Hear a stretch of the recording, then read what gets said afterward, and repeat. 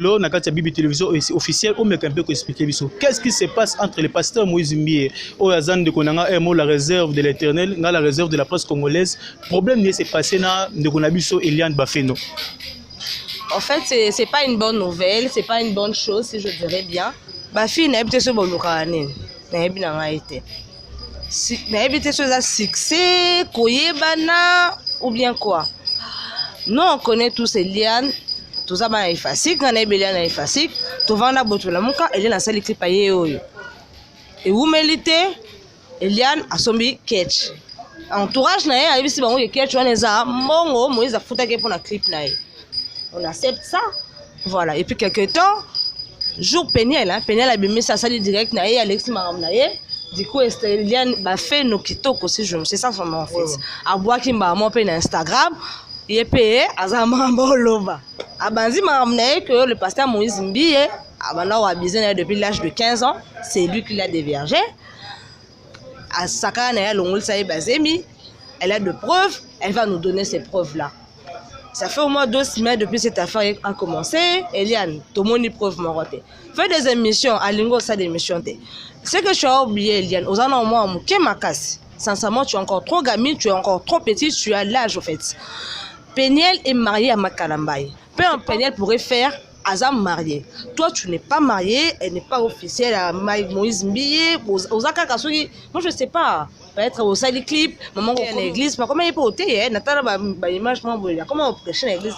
L'église, c'était Bethel? C'était Bethel, oui, comment il faut prêcher, comment il m'a Nzambe, à ce qu'il vit. En même temps, maintenant, entourage, nous avons vu au New York, on a amené, comme amené, yoka ba boîte yo. Ba mi bala ba papa kakayo. Attendez d'abord, s'il vous plaît, la Barbie de la presse congolaise. Namonio direct au côté. Non, s'il vous plaît.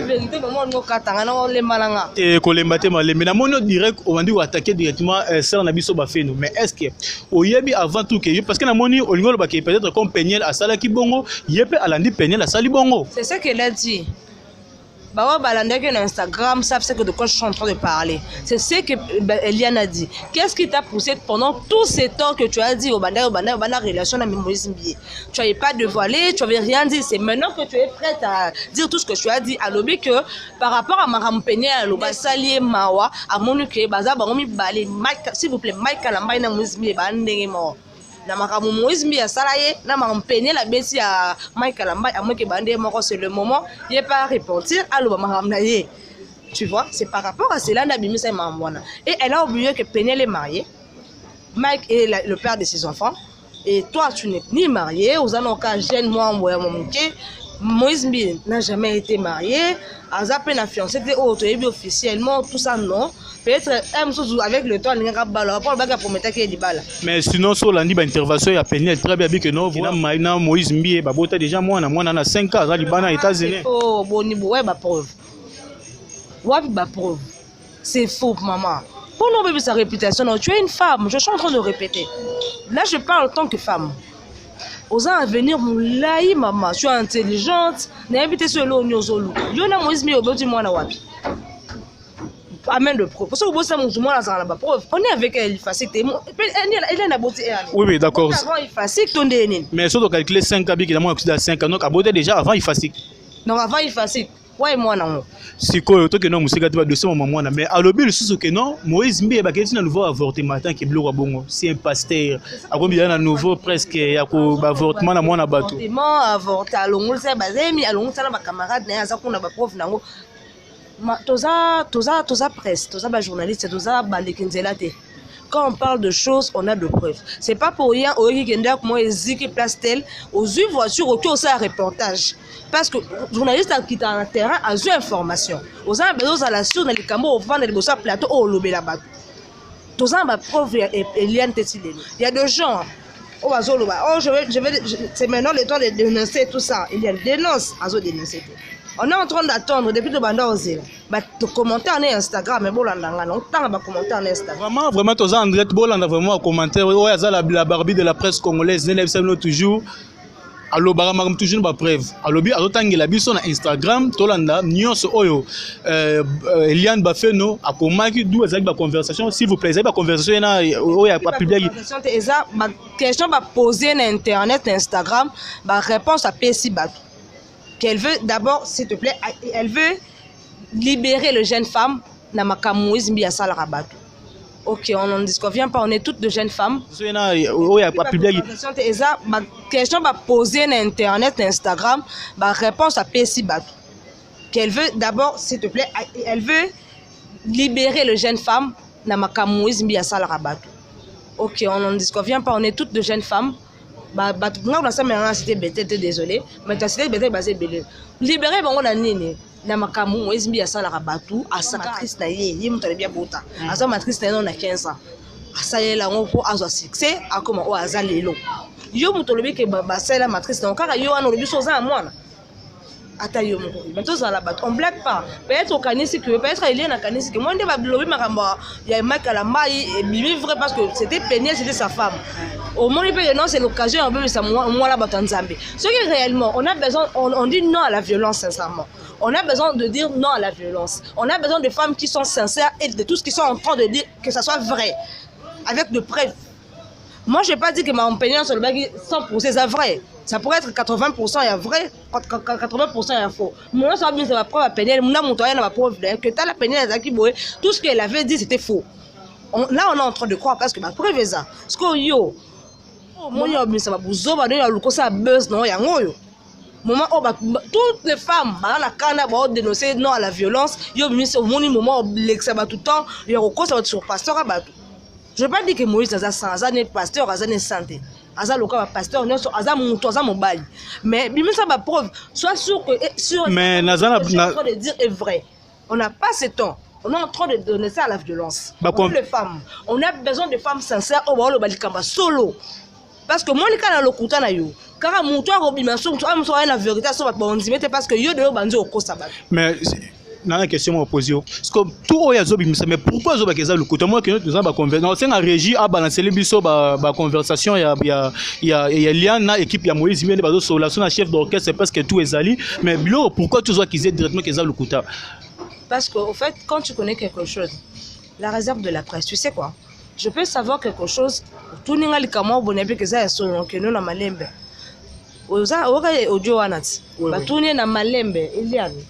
Tu avais dit que c'était pour ton argent. On t'a donné ton argent. Pourquoi au bébé ça comme moi mon salle dans Zambie. Du coup, elle a commencé à insulter. Je sais pas ce cas audio là.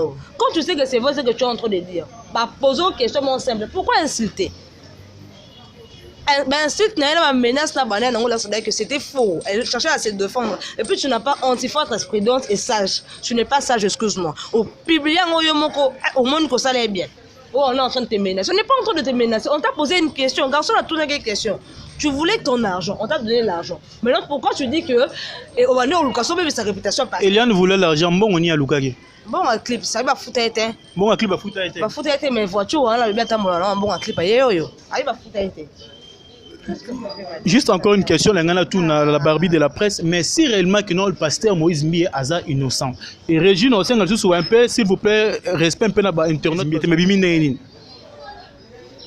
Dans la conversation, elle est en train de parler avec une femme, je dirais, pas moi mon balai. ABC, mes balais non sont ça sabajo, on a bazan kanda na yo. Donc, ils ont la vie, il y a kala, donc à tourna bon. Donc, yo ça la bagarre, ba chantage, pourquoi? Si tu n'arrêtes pas, barola kisayo, bango moko. Il y a le lobby, je le prouve. Il y a avortement, Moïse Mbia salelanga, sel sanga. Attends, on a ce bon lobby, talinga été.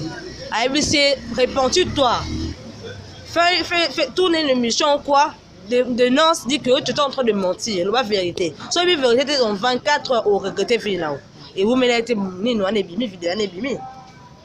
Et là, tu veux dire que c'est Moïse Mbia Moutalobi. Parce qu'il y a la mission dans l'année que Moïse Mbia Moutalobi. Ce n'est pas Moïse Mbia. C'est pas quand on est papa, on a mis polo, on a tenu là-bas, l'image, on a mis ici. Il y a une histoire, moi, oui, c'est le soleil. Voilà, il faut t'expliquer. Toujours qui sait, on a plutôt ça l'analyse. L'analyse, c'est ça. Ok, d'accord. On tient à signaler.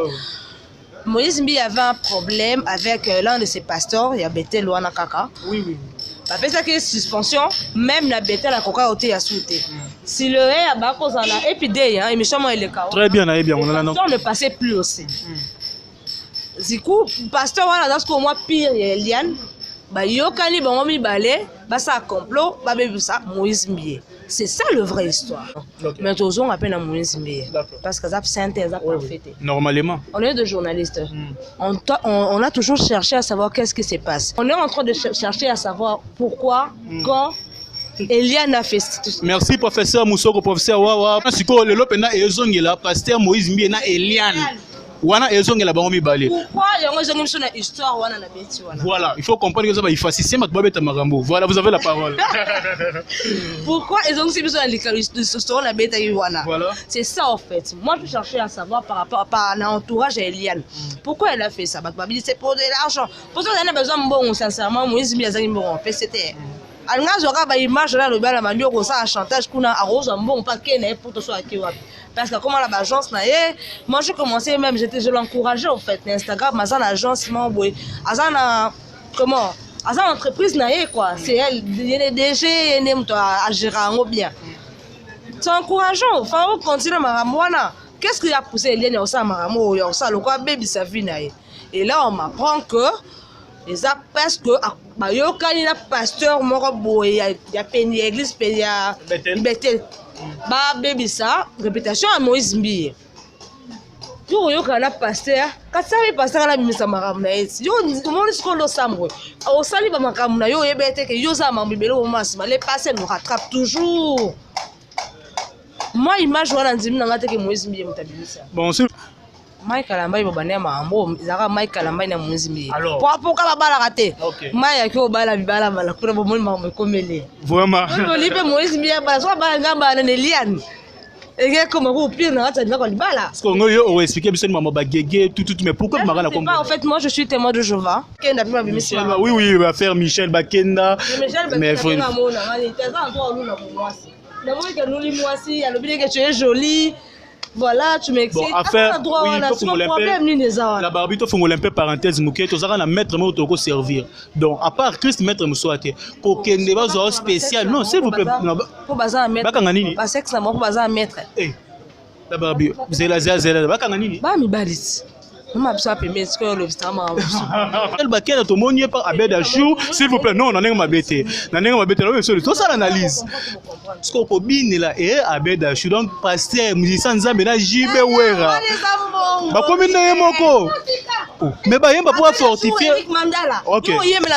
Zela, la Barbie, pardon, s'il vous plaît. Zela, Toyembela, Zela, un peu pardon. Toyemba Rapona. Bon fortifier mitema o eza blessé na mission Nzambe ou asali ba comprendre wana ce qu'on sait là boganga ba fita la Christ ba frère tout ça bon comprendre que mon est à mon compte que le kabato bino beaucoup miselaka na moni vraiment frère pena gangili puta na luketu avec